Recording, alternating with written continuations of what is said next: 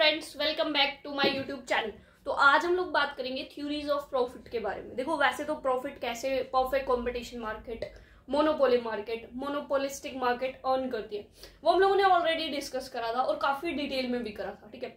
लेकिन कुछ traditional theories थी, ठीक है, वो तो मॉडर्न बात हो गई। कुछ ट्रेडिशनल थ्योरीज थी प्रॉफिट को लेके, ठीक है। आज हम लोग उनकी बात करेंगे। तो आज का बेसिकली अपना जो टॉपिक है वो है ट्रेडिशनल थ्योरीज ऑफ प्रॉफिट के बारे में, ठीक है। तो जो ट्रेडिशनल थ्योरीज ऑफ प्रॉफिट थी, जो उनका ना लाइक वो अलग अलग थ्योरीज है, बहुत सारी हैं, क्योंकि जो भी इकोनॉमिस्ट से, ठीक है, जो ट्रेडिशनल, उनका एक सेम व्यू पॉइंट नहीं था प्रॉफिट को लेके। सबके अलग अलग व्यू पॉइंट थे। कोई बोलता था कि जो है प्रॉफिट जो है वो एंटरप्रेन्योर रिस्क ले रहा है इसलिए हो रहा है, कोई बोलता था इनोवेशन हो रही है इसलिए हो रहा है, ठीक है। तो अलग अलग व्यू पॉइंट्स थे प्रॉफिट को लेके। अब जैसे कि पर हमें एक बात तो पता है, प्रॉफिट क्या होता है। Profit is the part of revenue which is left after all the payments, ठीक है। हमने जितनी भी पेमेंट करनी थी वो हम लोगों ने कर दी, और उसके बाद जो बच गया वो अपना प्रॉफिट, अपना नहीं मतलब एंटरप्रेन्योर का, ठीक है। अब बात आती है कि अलग अलग थ्योरीज के बारे में, ठीक है। जैसे कि कीन्स थे, उन्होंने बोला कि जो प्रॉफिट है वो है due to favourable changes in the price. Price में फेवरेबल चेंजेस हुए, दैट्स व्हाई उसको प्रॉफिट हुआ, ठीक है। अब फेवरेबल चेंजेस इन प्राइस का मतलब क्या हो सकता है, जैसे कि मान लो कि जो उसके प्रोडक्शन के इनपुट्स हैं, ठीक है, फैक्टर्स ऑफ प्रोडक्शन है, वो सस्ते हो गए, तब उसको फायदा हो सकता है। मार्केट में वो जो बेच रहा है उसका प्राइस बढ़ गया, डिमांड बढ़ गई, तो प्राइस बढ़ेगा। तो मतलब प्राइस में जो भी फेवरेबल चेंजेस होते हैं उनकी वजह से जो भी फायदा होता है, that is called profit according to Keynes, Kalecki और जो अपने और इकोनॉमिस्ट है जैसे चैम्बरलिन, उन्होंने बोला कि मोनोपोली होती है इसीलिए वो प्रॉफिट अर्न करते हैं। मतलब जितनी ज्यादा इम्परफेक्शन होती है मार्केट में, यानी परफेक्ट कंपटीशन से मार्केट जितनी दूर होता है उतनी ज्यादा इम्परफेक्शन होती है, ठीक है। जितनी ज्यादा मोनोपोली होती है उतना ज्यादा प्रॉफिट होता है। तो इस तरह काफी सारे व्यू पॉइंट थे, ठीक है। और अपने 6 जो है थ्योरीज आई, ट्रेडिशनल थ्योरीज, जिनके बारे में आज हम लोग बात करेंगे। First one was Walker theory of profit, ठीक है। Second, JB Clark theory of profit, ठीक है। इन्होंने कहा कि एंटरप्रेन्योर में कुछ अलग एबिलिटीज है दूसरे एंटरप्रेन्योर से, इसीलिए वो प्रॉफिट कमा रहा है। जेबी क्लार्क ने बोला कि इकोनॉमी में डायनामिक चेंजेस आते हैं, इकोनॉमी इज डायनामिक, कुछ ना कुछ चेंजेस आते हैं, जो उन चेंजेस का फायदा उठा ले वो प्रॉफिट कमाता है। हॉवले रिस्क थ्योरी ऑफ प्रॉफिट, जो रिस्क उठाता है वो प्रॉफिट कमाता है। नाइट थ्योरी ऑफ प्रॉफिट, ठीक है। Then Schumpeter theory of profit, then monopoly power as a source of profit, ठीक है। तो इन्होंने बोला कि अनसर्टेनिटी की वजह से जो मिलता है फायदा, दैट इज कॉल्ड प्रॉफिट, ठीक है। स्कूम्पेटर ने बोला जो इनोवेशन करेगा वो कमाएगा। मोनोपोली, जिसकी मोनोपोली वो प्रॉफिट कमाएगा, ठीक है। तो ये 6 थ्योरीज थी। मेन बात हमने अभी खत्म कर दी, ठीक है, लेकिन कुछ इंपॉर्टेंट है जो हमें एग्जाम में लिखनी पड़ती है, ठीक है। तो आज हम लोग उनके बारे में बात करेंगे और हर एक के कुछ पॉइंट्स हम लेंगे जो कि लाइक एग्जाम में आ जाते हैं और हमसे उनपे क्वेश्चन पूछ लिया जाता है, ठीक है। तो हम लोग क्या है, इस टॉपिक को ना एक 1 बाय 1 करके हम लिखेंगे अच्छे से, देन उसको डिस्कस करेंगे। क्योंकि मेरे लाइक कुछ व्यूअर्स ने बोला कि भाई हमें नोट्स की नीड होती है तो आप साथ में लिख दिया करो, ठीक है। तो हम एक एक थ्योरी को यहाँ पर लिखते हैं काफी शॉर्ट में, ठीक है। ज्यादा डिटेल हमें करने की नीड नहीं है, और ये थ्योरीज भी छोटी छोटी हैं, देन वी विल डिस्कस, ठीक है। तो सबसे पहले हम लोग स्टार्ट करते हैं अपनी स्टार्टिंग की 2 लाइक थ्योरीज के बारे में। तो पहले मैं वो लिख लेती हूँ, देन वी विल डिस्कस। सो ये 4 थ्योरीज की कुछ डिस्क्रिप्शन है, रेस्ट ऑफ द 2 हम इनको इरेज करके लिखेंगे, ठीक है। तो पहले इनको डिस्कस कर लेते हैं। तो जैसे कि अपनी सबसे पहले जो है वो है वॉकर थ्योरी ऑफ प्रॉफिट, ठीक है। तो वॉकर थ्योरी ऑफ प्रॉफिट हमारी क्या कहती है, ठीक है। तो जो वॉकर थ्योरी ऑफ प्रॉफिट है, बोलते हैं कि profit is the rent of extra abilities. कि प्रॉफिट क्या है, जैसे कि मैंने स्टार्टिंग में बताया कि एंटरप्रेन्योर के पास बाकियों से कुछ अलग एबिलिटीज हैं, that's why he is earning profit, ठीक है। तो ये बोलता है कि प्रॉफिट क्या एक रेंट है एक्स्ट्रा एबिलिटीज को लेके, ठीक है। तो रेंट हमने ऑलरेडी लास्ट वीडियो में डिस्कस किया था, समवट उसी से रिलेटेड है। इन्होंने एग्जांपल भी वही लिया, फर्टिलिटी का, ठीक है। जैसे कि हमने थ्योरी ऑफ रेंट में डिस्कस किया था, रिकार्डिन थ्योरी ऑफ रेंट में, ठीक है। तो क्या एग्जांपल लिया उन्होंने कि जैसे कि लैंड है, वो अलग अलग फर्टिलिटी होती है लैंड की, कुछ ज्यादा फर्टाइल है कुछ कम फर्टाइल है। तो जो ज्यादा फर्टाइल है उसको ज्यादा रेंट मिलता है, जो कम फर्टाइल है कम रेंट मिलता है। इन द सिमिलर फैशन हमारा जो एंटरप्रेन्योर है, जो ज्यादा एबल है, he will get more return, जो कम एबल है he will get less return, ठीक है। जैसे हमने रेंट में ये कहा था ना कि इसको जो मिल रहा है that is not rent, rent is the surplus, मतलब ये सबसे कम कमा रही है, ये सबसे ज्यादा कमा रहा है, इन दोनों के बीच का जो डिफरेंस है दैट वाज रेंट। ये हमने डिस्कस किया था रिकार्डन थ्योरी ऑफ रेंट के अंदर। In the similar way profit is the difference between list and efficient entrepreneur, कि जो सबसे कम एबिलिटीज वाला एंटरप्रेन्योर है वो जो कमा रहा है एंड जो सबसे ज्यादा एबिलिटीज वाला एंटरप्रेन्योर है वो जो कमा रहा है, उनके बीच में जो डिफरेंस है दैट इज द प्रॉफिट। ठीक है, किसने डिस्कस किया? वॉकर ने। ठीक है, उन्होंने एग्जाम्पल भी क्या ला? फर्टिलिटी ऑफ लैंड का, ये भी आप मेंशन कर सकते हैं। ठीक है, तो जैसे कि लैंड की फर्टिलिटी में डिफरेंस होता है and the land with higher like fertility वो ज्यादा रिटर्न अर्न करती है, कम वाली कम करती है, और उन दोनों के बीच का जो सरप्लस था यानी हायर वाली का जो सरप्लस था that was rent. In the similar way हमारा जो प्रॉफिट है वो जो एंटरप्रेन्योर जिसकी सबसे कम एबिलिटीज है और जिसकी सबसे ज्यादा एबिलिटीज है उनके बीच का जो डिफरेंस है वो प्रॉफिट है, और जिसकी सबसे ज्यादा एबिलिटीज है वो क्या है? प्रॉफिट अर्न करता है।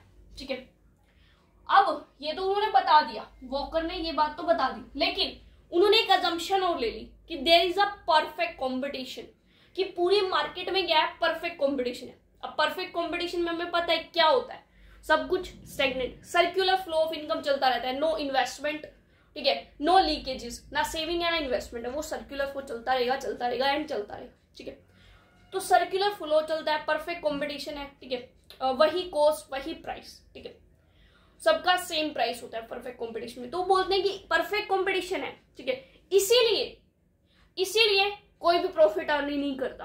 ठीक है, उन्होंने पहले बताया प्रॉफिट कौन अर्न करेगा? जो हायर एबिलिटीज वाला होगा, लेकिन there is a perfect competition that's why no one will earn the profit, इसलिए कोई भी प्रॉफिट अर्न नहीं करने वाला। ठीक है, तो वॉकर ने क्या किया? अज्यूम किया परफेक्ट कंपटीशन, और क्या कहा कि इकोनॉमी स्टैटिक है। स्टैटिक मतलब कोई चेंजेस नहीं आ रहे उसमें।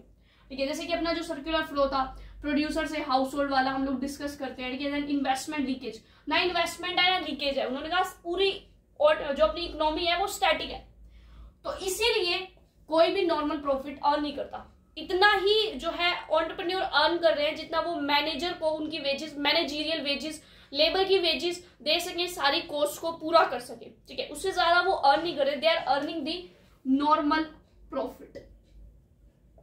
ये बात किसकी थी? वॉकर की थी। नेक्स्ट थ्योरी जो आती है वो आती है जेबी क्लार्क। ठीक है, इन्होंने जो बात को डिस्कस किया वॉकर ने, उन्होंने इसी को ले लिया। उन्होंने कहा there is no perfect competition, economy is not static. Economy क्या है? इकोनॉमी डायनेमिक है। ठीक है, तो पहले तो उन्होंने कहा कि इकोनॉमी क्या है? स्टैटिक नहीं है। अब उन्होंने स्टैटिक समझाया कि भाई स्टैटिक क्या होता है, तो उन्होंने कहा कि इकोनॉमी स्टैटिक का मतलब है जब जो है कोई इन्वेस्टमेंट ना हो रही हो, कैपिटल इंक्रीज ना हो रही हो, पॉपुलेशन ना बढ़ रही हो। ठीक है, जब फैक्टर्स ऑफ प्रोडक्शन मोबाइल तो हो यानी इधर से उधर मूव कर सकते हैं, but they are not moving, लेकिन वो मूव नहीं कर रहे। क्यों? क्योंकि उनको यहां भी उतना ही पैसा मिल रहा है, वहां भी उतना ही मिलेगा, तो मूव करके करेंगे क्या? ठीक है, तो वो ना कोई डिमांड में इंक्रीज है। तो उन्होंने पहले स्टैटिक इकोनॉमी को एक्सप्लेन किया, उनका ये होती है स्टैटिक इकोनॉमी। फिर उन्होंने कहा लेकिन इकोनॉमी जो है वो कैसी होती है? वो होती है डायनेमिक, मतलब इकोनॉमी के अंदर चेंजेस आते हैं। Changes could be positive could be negative, लेकिन उन्होंने पॉजिटिव चेंजेस की बात की। जैसे डायनेमिक इकोनॉमी मतलब पॉपुलेशन में इंक्रीज होना, कैपिटल में इंक्रीज यानी कि एक तरह से इन्वेस्टमेंट, फैक्टर्स जो है मोबाइल है plus they are moving. Factor mobility तो स्टैटिक में भी थी लेकिन वो मूव नहीं कर सकते थे, यहां पर वो मूव कर रहे हैं। ठीक है, डिमांड में इंक्रीज होना, बिजनेस ऑर्गेनाइजेशन की इंप्रूवमेंट होना।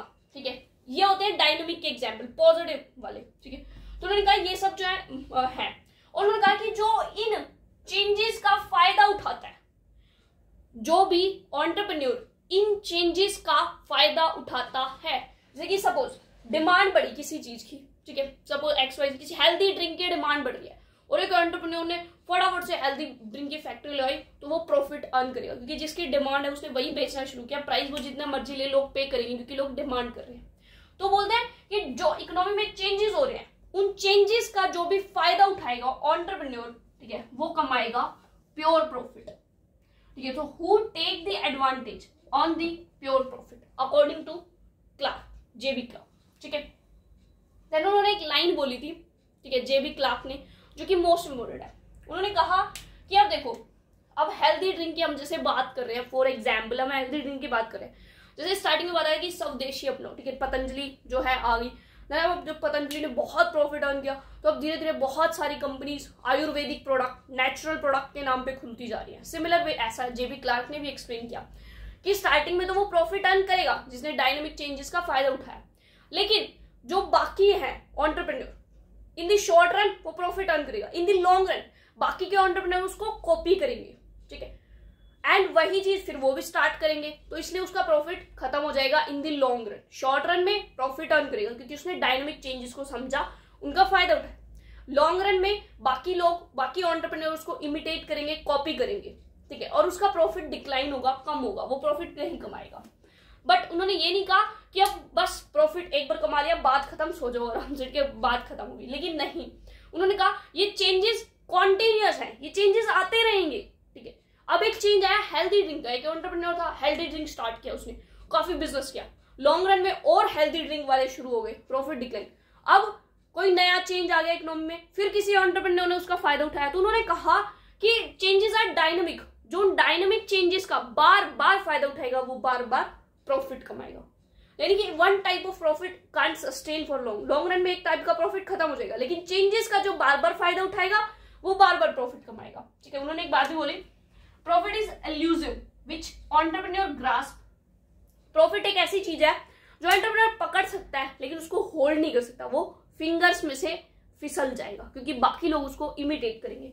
इसलिए उन्होंने ये लाइन बोली, profit is elusive which entrepreneur grasp but can not hold, it slipped through fingers and bestow itself on all the member of society, ठीक है। तो ये बात उन्होंने बोली थी, ये बहुत इंपॉर्टेंट लाइन है क्योंकि इसको पकड़ के ही क्वेश्चन बन सकता है, ठीक है। तो ये तो थी दो थ्योरीज ऑफ प्रॉफिट। देन अब बात करें और क्या थ्योरीज हैं। हॉवले रिस्क थ्योरी, नाम से पता चले रिस्क उठा नाम बना, ठीक है। तो जो रिस्क उठाएगा वो प्रॉफिट कमाएगा। ये किसने दी? एफबी हॉले ने 1893 में। उन्होंने बेसिकली यही बात बोली, रिस्क उठाओ नाम बनाओ, ये रिस्क उठाओगे प्रॉफिट कमाओगे। एंटरप्रेन्योर जो सबसे ज्यादा रिस्क उठाएगा वो सबसे ज्यादा प्रॉफिट कमाएगा। फिर उन्होंने कहा कि प्रॉफिट तो ठीक है, रिस्क उठाया प्रॉफिट कमा लिया। फिर उन्होंने प्रॉफिट के दो टाइप्स भी डिस्कस किए, ठीक है। उन्होंने उसने बताया कि एक एंटरप्रेन्योर है, उसको इंड्यूस किया गया कि भाई प्रॉफिट उठाओ उठाओ उठाओ, ठीक है। जो इंड्यूसमेंट उसे प्रोवाइड की गई, एक तो वो पार्ट है प्रॉफिट का। दूसरा, उसने रिस्क उठाया, उसके लिए सोसाइटी ने उसको कॉम्पनसेट किया, क्योंकि जो रिस्क उठाता है सोसाइटी उसको कॉम्पनसेट करती है। ऐसा नहीं कि सोसाइटी में जाके लोग कहेंगे भाई पैसे तूने रिस्क उठाया, नहीं। कॉम्पनसेट इन द सेंस उसने रिस्क उठाया, ठीक है, उसने कुछ ऐसा किया जो लोगों को बहुत पसंद है, तो लोग उसके प्रोडक्ट खरीदेंगे, सर्विसेज खरीदेंगे, सीधी सी बात है, and he will earn the profit. तो उन्होंने प्रॉफिट के एक्सप्लेन किए दो पार्ट्स। क्या दो पार्ट्स हैं कि एक वो पार्ट ऑफ प्रॉफिट जिसने उसको इंड्यूस किया, फोर्स किया रिस्क उठाने के लिए। दूसरा, वो पार्ट ऑफ प्रॉफिट उसने रिस्क उठाया इसीलिए उसको प्रॉफिट मिला, ठीक है। तो ये भी उनके ही वर्डिंग्स में, यानी कि ये भी हॉवले ने खुद कही बात की, profit will have two part, one is compensation for the actual और average risk incidental to various class of risk assumed, कि यानी कि जो एंटरप्रेन्योर है वो अलग अलग टाइप के रिस्क को अज्यूम करता है कि मुझे ये रिस्क हो सकता है, ये रिस्क हो सकता है, रिस्क हो सकता है, ठीक है। अब उनमें से वो जिस रिस्क की तरफ फोर्स हुआ, ठीक है, उसकी वजह से उसे क्या मिला? कंपनसेशन। वो रिस्क की तरफ गया, that's why he earn the compensation और उसको प्रॉफिट मिला। तो this is the one part of profit. दूसरा, इंड्यूसमेंट। इंड्यूस एक तरह से मतलब फोर्स करना, inducement to suffer the consequence of being exposed to risk. ये क्या है? हमने उसको इंड्यूस किया, हमने उसको एक तरह से फोर्स किया, हमने जो है उसको फोर्स किया कि वो वेरियस टाइप ऑफ रिस्क के आगे एक्सपोज हो, यानी कि वो रिस्क को उठाने के लिए आगे आए। हमने उसको इसके लिए इंड्यूस किया और उसी इंड्यूस में हमने हमें उसे कुछ दिया, दैट इज कॉल्ड प्रॉफिट। तो profit will have two part, one entrepreneur को इंड्यूस करने के लिए, रिस्क उठाने के लिए। सेकंड, एंटरप्रेन्योर ने रिस्क उठाया इसीलिए उसको कुछ मिला, प्रॉफिट, ठीक है। हमने फोर्थ थ्योरी आती है नाइट थ्योरी ऑफ प्रॉफिट, ठीक है, KNIGHT, but this is called night theory of profit. जो नाइट थे उन्होंने क्या बोला? देखो, इन्होंने इसकी बात ली लेकिन थोड़े से अलग तरीके से। इसने कहा रिस्क उठा नाम बना, उनका ना ना ना, रिस्क तो होते हैं दो तरह के, तुम्हारे दुकान में आग लग जाए ये भी तो रिस्क है, ठीक है। तो क्या ये भी आप इसको भी लोगे कि रिस्क उठा नाम बना, आग लग गई और तुम प्रॉफिट कमाओगे? नो, ठीक है। तो उन्होंने बोला, नाइट ने क्या कहा, profit is the return of uncertainty not the risk, sorry not risk आएगा यहाँ पर, ठीक है, कि प्रॉफिट क्या है, आपको एक तरह से हमने कंपनसेट किया अनसर्टेनिटी के लिए, रिस्क के लिए नहीं। उन्होंने कहा कि रिस्क जो है ना वो दो तरह का होता है, एक तो इंश्योरेबल, दूसरा नॉन इंश्योरेबल।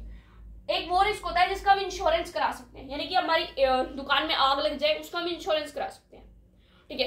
हमारी दुकान में कुछ और हो जाए ऐसा वैसा, ठीक है, तो हम उसका इंश्योरेंस करा सकते हैं। तो उन्होंने कहा कि दो तरह की रिस्क है, इंश्योरेबल, नॉन इंश्योरेबल, ठीक है। यानी ये कैलकुलेटेबल और ये नॉन कैलकुलेटेबल, ठीक है। मतलब कि इसको हम कैलकुलेट कर सकते हैं, इसको नहीं कर सकते, ठीक है। तो अगर इंश्योरेबल रिस्क आप उठा रहे हो तो आप प्रॉफिट नहीं कमाओगे। प्रॉफिट आप तब कमाओगे जब आप नॉन इंश्योरेबल रिस्क को उठा रहे हो, ठीक है। ये बोला नाइट ने कि प्रॉफिट क्या है, आपने नॉन इंश्योरेबल रिस्क उठाया, that's why you are earning the profit. और नॉन इंश्योरेबल रिस्क को ही उन्होंने क्या बोला, अनसर्टेनिटी बोला, ठीक है। तो ये थी नाइट थ्योरी ऑफ प्रॉफिट, ठीक है। अब नाइट के हिसाब से क्या है, profit arise from the decision taken and implemented under the condition of uncertainty. यानी कि जो भी नॉन कैलकुलेटेबल रिस्क जो था, यानी कि जो हम कैलकुलेट नहीं कर सकते, वो वाला जो रिस्क था, जैसे कि मैंने कोई स्ट्रैटेजी बनाई कंपिटिटर्स को लेके, कंपिटिटर्स को कैसे हराना है, ठीक है, तो ये क्या है, नॉन इंश्योरेबल है। हम इसका रिस्क थोड़ी लाइक इंश्योरेंस थोड़ी करा सकते हैं, लेकिन रिस्क तो है ना। ये हमारे जो है कॉम्पिटिटर की क्या स्ट्रैटेजी है वो भी हमारे लिए रिस्क है। हमारा कॉम्पिटिटर क्या सोच रहा है हमें लाइक खत्म करने के लिए, वो भी हमारे लिए रिस्क है, लेकिन हम उसको इंश्योरेंस नहीं करवा सकते, ठीक है। लेकिन जो उन रिस्क में जो सबसे ज्यादा अच्छे डिसीजन लेगा एंटरप्रेन्योर, वो प्रॉफिट कमाएगा, ये बोला नाइट ने। तो नाइट ने क्या कहा, रिस्क के दो पार्ट है। अगर आप इंश्योरेबल की बात करो, उससे आप सोचो वो उठा के पैसा कमाओगे, तो आप लाइक भाई सही बात नहीं है, वो प्रॉफिट नहीं है। अगर आप नॉन इंश्योरेबल रिस्क में जो है अच्छा डिसीजन ले रहे हो, ठीक है, जो नॉन कैलकुलेटेबल रिस्क है, अगर उसको उठा रहे हो और फिर आप प्रॉफिट कमा रहे हो, तो वो आपका जो है वो प्रॉफिट में काउंट होगा, ठीक है। आपने वो रिस्क उठाया इसलिए आपको प्रॉफिट हुआ, इसके लिए आपको फायदा हुआ, that is called the like profit according to Knight. तो नाइट ने कहा कि profit arise from the decision taken, जो अनसर्टेनिटी के टाइम पे आपने जो डिसीजन लिया और इंप्लीमेंट किया, उससे आपका जो फायदा हुआ, that is called your profit. ये थी चार थ्योरीज। बाकी दो थ्योरीज अगेन मैं पहले लिख लेती हूँ, देन वी विल डिस्कस अच्छे से। So these are the rest of the theories, बाकी की बची हुई थ्योरीज है। One is Schumpeter theory of profit, another one is monopoly as a part of profit, as a source of profit, या monopoly profit भी बोल सकते हैं, ठीक है। तो देखो स्कूम्पिटर, इनकी ना जो थ्योरी है वो इकोनॉमिक लाइक हम ग्रोथ एंड डेवलपमेंट की बात करते हैं ना, उनमें भी आएंगी। स्कूम्पिटर थ्योरी ऑफ ग्रोथ या स्कूम्पिटर थ्योरी ऑफ डेवलपमेंट, इन्होंने उसमें क्या बोला कि अपनी इकोनॉमी है वो सर्कुलर फ्लो को लाइक फॉलो कर दिया है। लाइक जो फर्म्स हैं वो फैक्टर्स ऑफ प्रोडक्शन लेते हैं हाउस होल्ड से, देन उसके बदले उनको पेमेंट कर देते हैं, यानी कि उनको इनकम देते हैं। अब हाउस होल्ड जो इनकम कमाता है वो पूरी खर्च कर देता है, दैट इज सर्कुलर फ्लो। ये ऐसे चलता रहता है, ठीक है। ये कहा तो जितना वो लाइक जो हाउस होल्ड है वो कमाते हैं वो खर्च कर देते हैं, फर्म्स जितना वो कमाती हैं वो उतना जो है इनकम पे कर देती हैं, इस तरह सर्कुलर फ्लो चलता है। लेकिन अगर कोई इनोवेशन करे, एंटरप्रेन्योर कोई इनोवेशन करे, नई कोई चीज लाए, तो उसकी वजह से ग्रोथ हो सकती है, डेवलपमेंट, ठीक है। उसी का पार्ट है उनकी स्कूम्पिटर थ्योरी ऑफ प्रॉफिट, उसी का पार्ट है जस्ट, ठीक है। तो स्कूम्पिटर थ्योरी ऑफ प्रॉफिट है जो दैट इज अ पार्ट या फिर कॉन्स्टिट्यूएंट ऑफ अपनी ग्रोथ, वो स्कूम्पिटर थ्योरी ऑफ डेवलपमेंट, उसका ये एक पार्ट है छोटा सा, ठीक है। उन्होंने कहा कि profit arise due to the innovation. Profit क्यों होते हैं, क्योंकि इनोवेशन होता है, ठीक है। इकोनॉमी में इनोवेशन होता है, कुछ नया होता है, दैट्स व्हाई प्रॉफिट होता है। अब ये जो इनोवेशन है उसको भी उन्होंने डिफाइन किया। इनोवेशन भी कई तरीके का हो सकता है, जैसे कि you have find a new market, आपने कोई मार्केट ही नहीं ढूंढ ली जहाँ पे भाई अमीर अमीर लोग हैं, तो आप प्रॉफिट कमाओगे, ठीक है। आपने कोई नया सोर्स ऑफ रॉ मटेरियल देख लिया, ठीक है, कोई अच्छी जगह जहाँ पे बहुत लाइक अच्छा रॉ मटेरियल मिल रहा है, सस्ता मिल रहा है, कोई नया सोर्स ढूंढ लिया रॉ मटेरियल का, तब भी ये इनोवेशन है, ठीक है।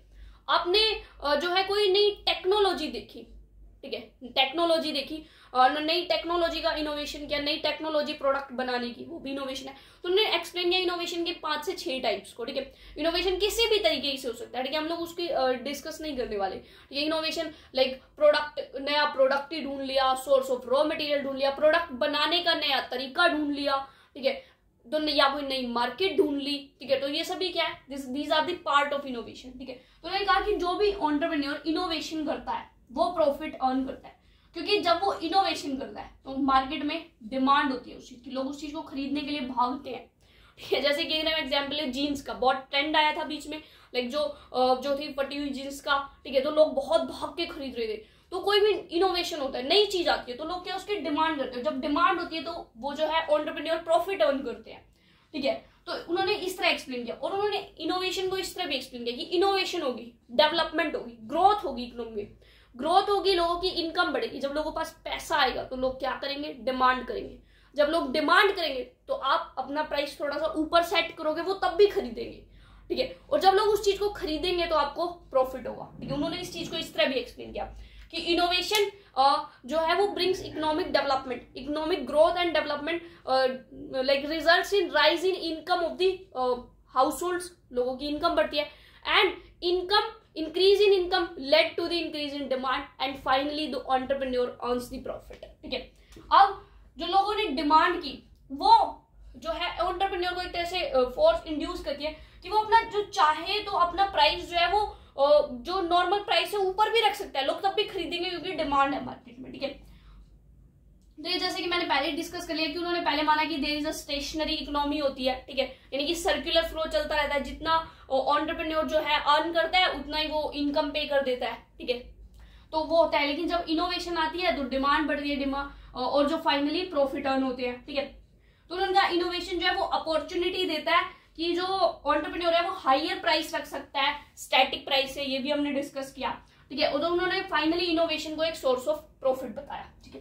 And monopoly as a source of profit, उन्होंने कहा कि मोनोपोली होती है तब भी जो है प्रॉफिट होता है। ये बात तो काफी सारे इकोनॉमिस्ट ने कही थी, ठीक है, मोनोपोली वाली। जैसे हमने वीडियो के बिल्कुल स्टार्टिंग में डिस्कस किया था चैम्बरलिन के बारे में, ठीक है, और हम लोगों ने और भी डिस्कस किए थे, ठीक है।